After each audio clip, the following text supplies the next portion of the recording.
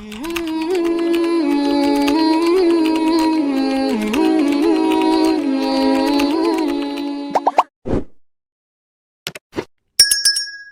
پاک علیہ السلام کے طریقے پر جو بندہ چلتا ہے نا، جو حضور کے طریقے پہ چلتا ہے، وہ اللہ کا محبوب بن جاتا ہے۔ جو شرط یہ ہے کہ وہ اخلاص کے ساتھ نبی پاک کے طریقے پہ چلے، دنیا کو دکھانے کے لیے پگڑیاں نہ باندھتا پھرے، وہ کہے کہ چونکہ میں پیر صاحب ہوں تو میں نے باندھنی ہے، اس لیے یہ ماحول نہ بنائے، وہ بنائے اللہ کی رضا کے لیے، اللہ تبارک و تعالیٰ کی رضا کے لیے نبی پاک کی غلامی کرے، اللہ اسے اپنا محبوب بنا لیتا ہے۔ حضور کی کچھ سنتیں ہیں، کچھ چیزیں نبی پاک کو پیاری ہیں، کچھ تو آپ نے سنی ہوئی ہے، جیسے میٹھا کھانا سنت ہے، جیسے مسواک کرنا سنت ہے، جیسے مسکرانا سنت ہے۔ مسکرا رہے ہیں نا جی ماشاءاللہ، پریشان تو نہیں نا کسی بات میں؟ مسکرانا بھی حضور کی، شروع میں نمک کھانا، بعد میں نمک کھانا، درمیان میں میٹھا کھانا، یہ حضور کی سنت ہے۔ اور امامہ باندھنا نبی پاک کی، یہ چیزیں حضور کی پسند ہیں۔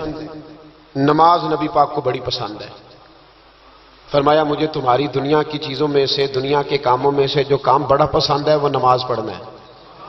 خوشبو حضور کو بڑی پسند ہے، دودھ نبی پاک کو بڑا پسند ہے، یہ بھی ساری سنتیں ہیں۔ اسی طرح کی دو تین باتیں میں نے عرض کرنی ہے آپ کی خدمت میں۔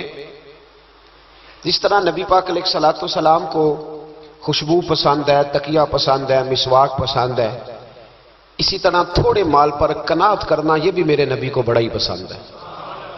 تھوڑے پیسوں پہ راضی ہو جانا یہ نبی پاک کو، سادے مکان میں رہنا یہ حضور کو بڑا پسند ہے، سادی روٹی کھانا یہ میرے نبی پاک کو بڑا، یہ بھی حضور کی پسند ہے۔ تھوڑے رزق پہ راضی ہونا اور اس طرح راضی ہونا کہ لمبے سجدے ادا کرنا یہ میرے نبی پاک کی پسند ہے۔ حضور نے صرف غریبوں سے پیار نہیں کیا، ہمیں یہ سنایا جاتا ہے اور ہم ہمیشہ یہی سنتے ہیں کہ حضور نے غریب سے بڑی محبت کی۔ نبی پاک نے صرف غریب سے پیار نہیں کیا، دراصل حضور نے غریبی سے پیار کیا ہے۔ کوئی نہیں سمجھ آئی آپ کو؟ حضور نے صرف غریبوں سے پیار نہیں کیا، نبی پاک نے، اس کا معنی یہ ہے کہ حضور نے غریب رہنا پسند فرمایا ہے۔ غریبوں کی طرح رہنا نبی پاک نے، سادہ مکان، ایک وقت کا کھانا اور سادی غذا، جس طرح غریب نہیں رہتے پرانے گھروں میں، کچے مکانوں میں، ٹوٹی چٹائیاں، ایک دو پیالے گھر میں، لمبے چوڑے برتن کوئی نہیں، یہ نبی پاک کی پسند ہے، یہ رسول پاک کی پسند ہے۔ اس کو محبوب جانا ہے نبی پاک صلی اللہ علیہ وسلم، حضور نے اس کو پسند کیا ہے۔ حاتم طائی کی بیٹی قیدی ہو کے آئی، جب اس کے قبیلے پر، اس کے علاقے پر مسلمانوں نے حملہ کیا تو حاتم طائی کا جو بیٹا تھا عدی بن حاتم، وہ اپنی بہن سے کہنے لگا ہمیں پتہ ہے مسلمانوں کا مقابلہ نہیں کر سکتے تو بھاگ جانے میں بہتری ہے، چلو بھاگ چلتے ہیں۔ تو بہن کہنے لگی بھائی تو نے بھاگنا ہے تو بھاگ جا، میں سردار کی بیٹی ہوں، میں قوم کے ساتھ جیوں گی، قوم کے ساتھ مروں گی، تو نے بھاگنا ہے تو بھاگ جا۔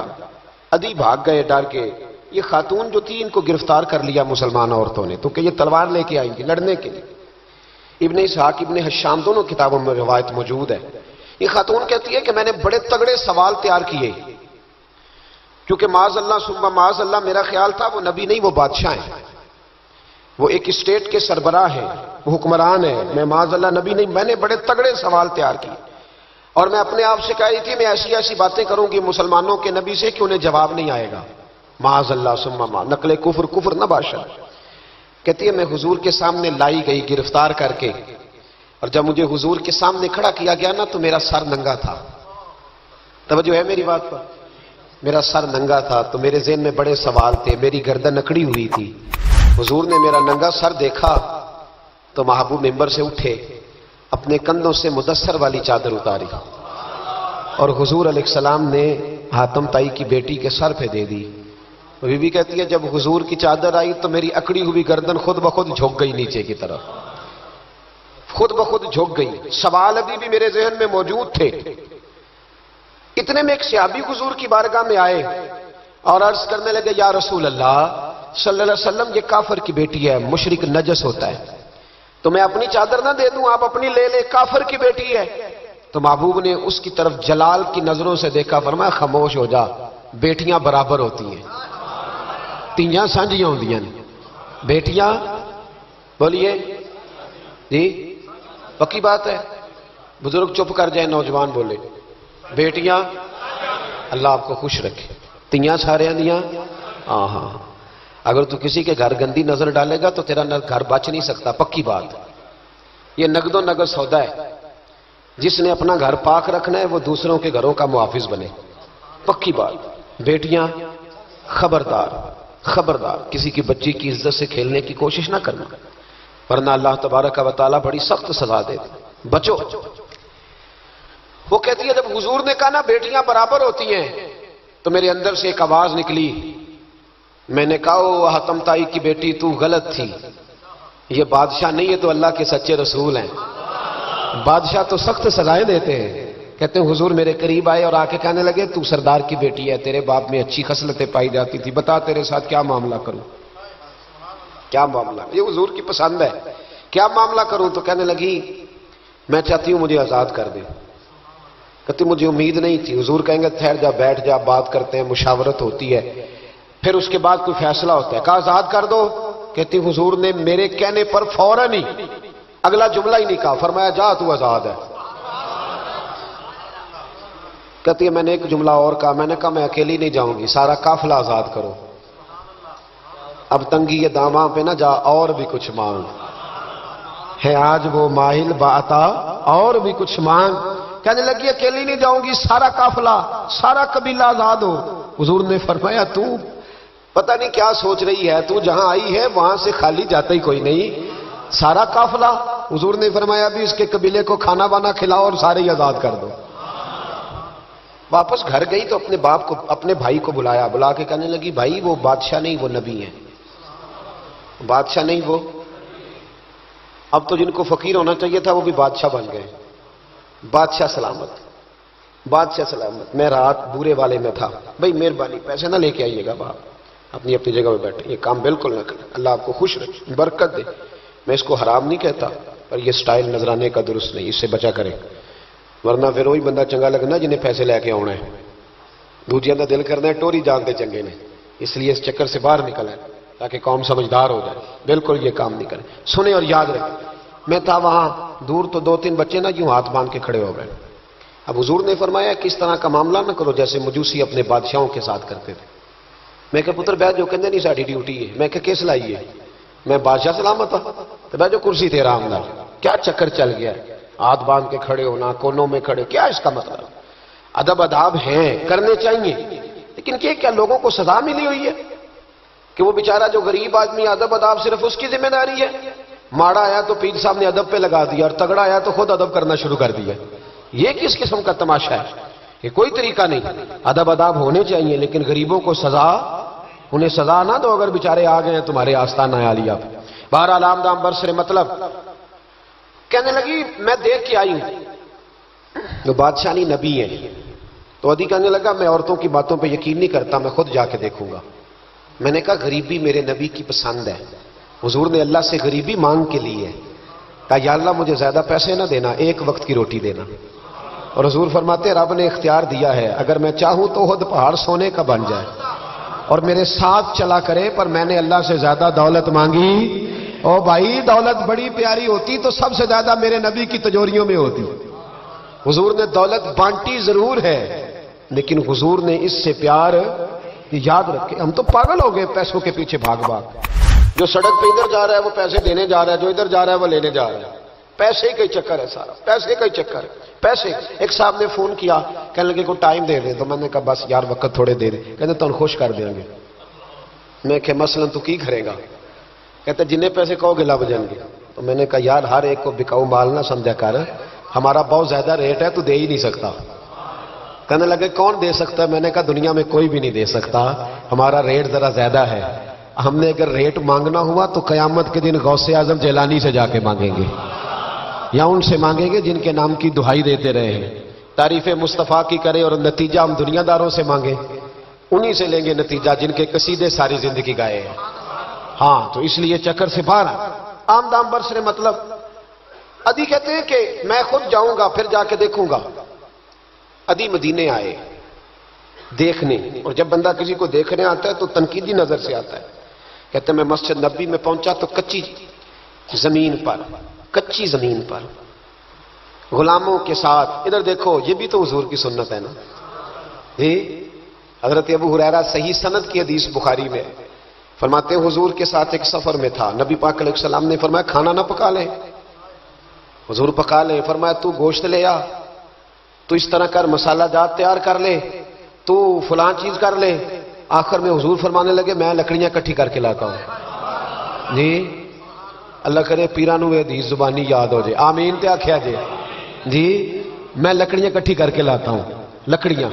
عرض کی یا رسول اللہ ہم کر دیں گے. تو محبوب نے فرمایا سارے اکٹھے نہیں جا رہے, کوئی عرض نہیں میں بھی لے آؤں گا. تو فرماتے حضور اٹھے اور لکڑیاں اکٹھی کر کے لائے.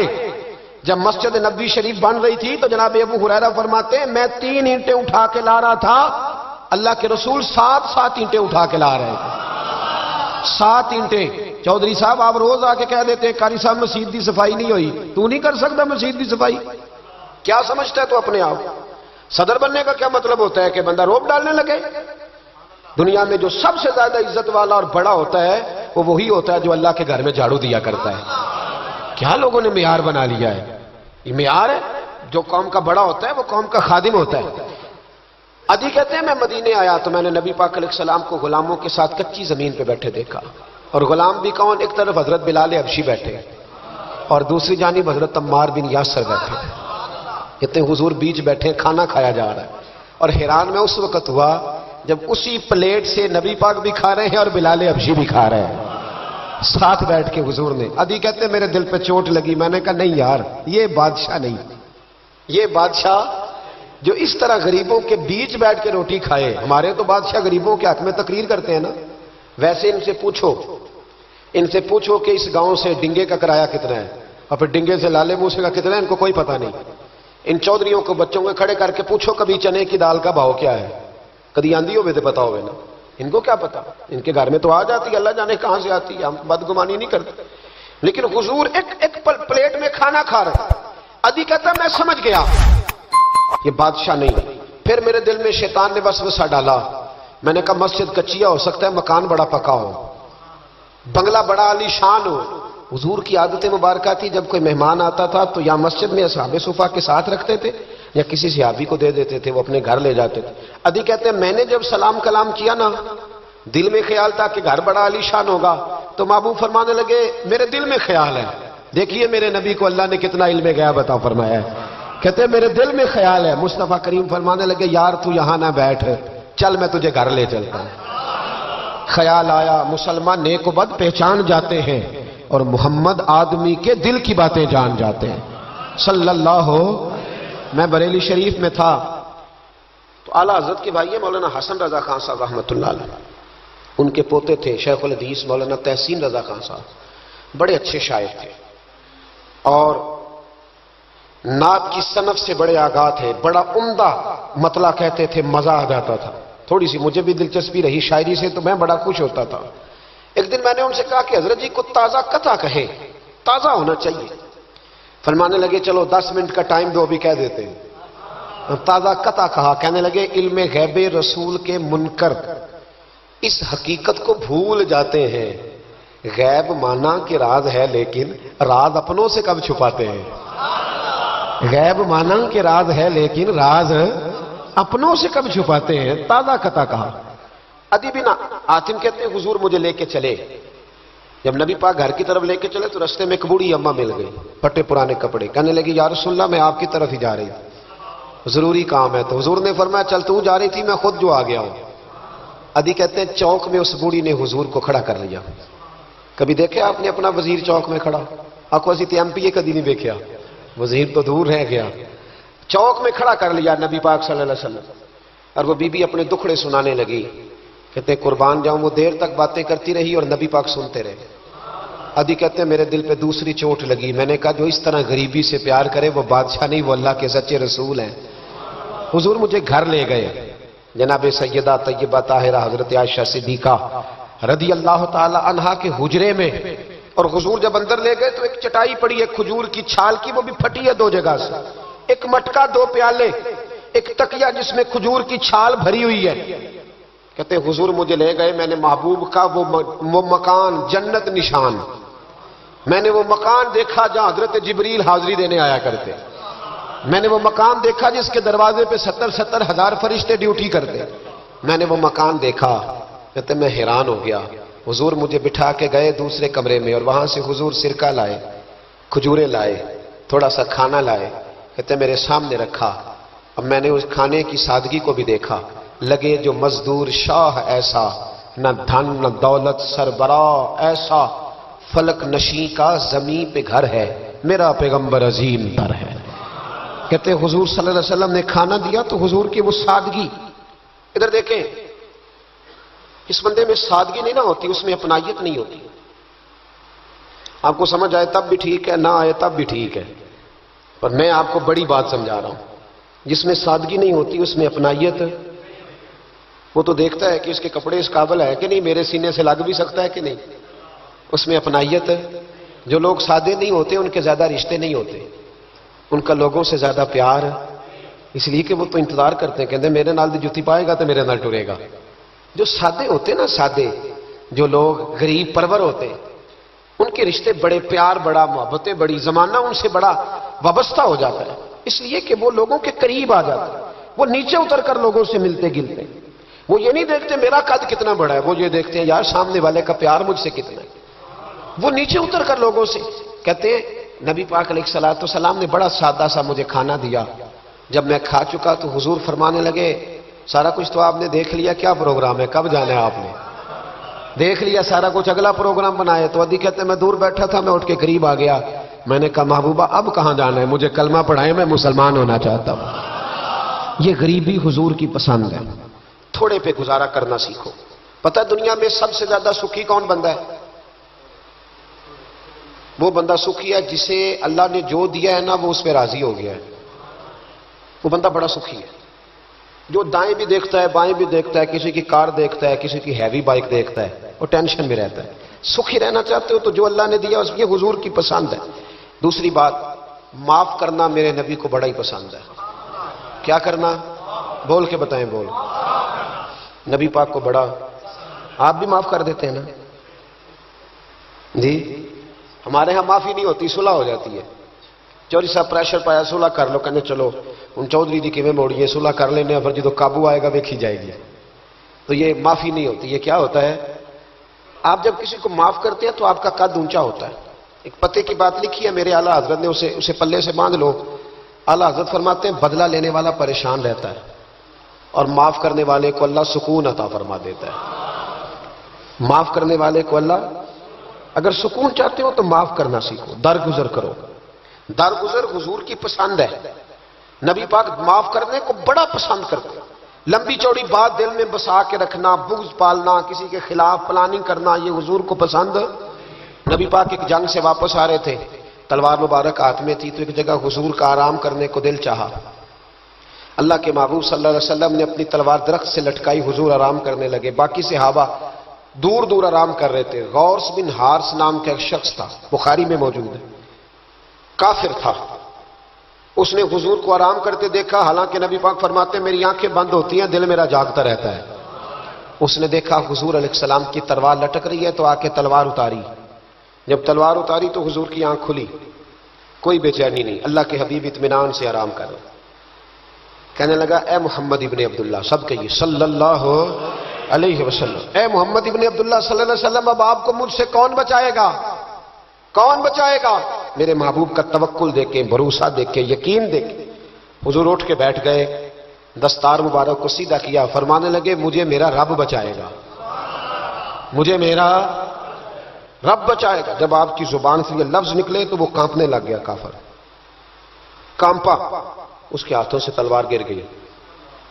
اللہ کے محبوب نے اٹھ کے تلوار پکڑ لی, فرمانے لگے مجھے تو میرے رب نے بچا لیا ہے, اب تو بتا تجھے کون بچائے گا؟ مجھے میرے رب نے. اچھا اب یہ بتائیں آپ کہ ہمارے قابو بندہ آ جائے جو اس طرح حملہ کرنے آئے, تو ہم کیا حال کرتے ہیں؟ بولے.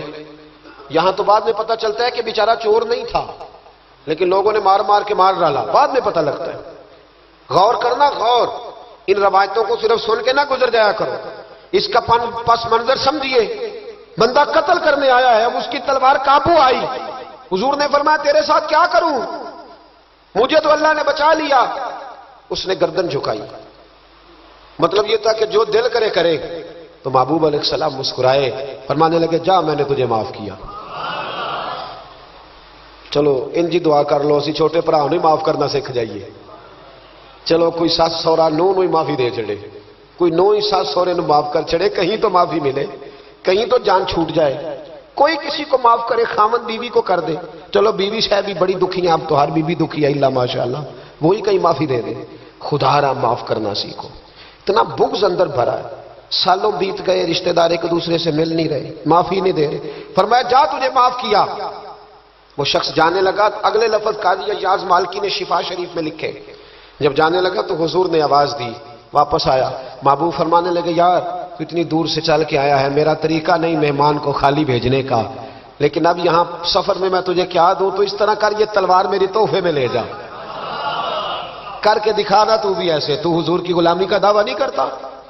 یہاں تو پوری پوری ملت کا نقصان ہو گیا، پر دیندار کہلانے والوں نے ایک دوسرے کو معاف نہیں کیا۔ یہاں تو نظریے اور جماعتیں داؤں پہ لگ گئی، لیکن دیندار کہلانے والے ایک دوسرے کو معاف نہ کر سکے۔ اللہ جانے وہ کیا ایسی باتیں تھی جو رہ گئی سینوں میں، بستیاں اجڑ گئی پر ہم معاف نہ کر سکے، چند باتیں نہ دلوں سے نکال پائے، ایک نظریے کے لوگ ایک جگہ اکٹھے بیٹھنے کے قابل نہ رہے، جا تلوار لے جا۔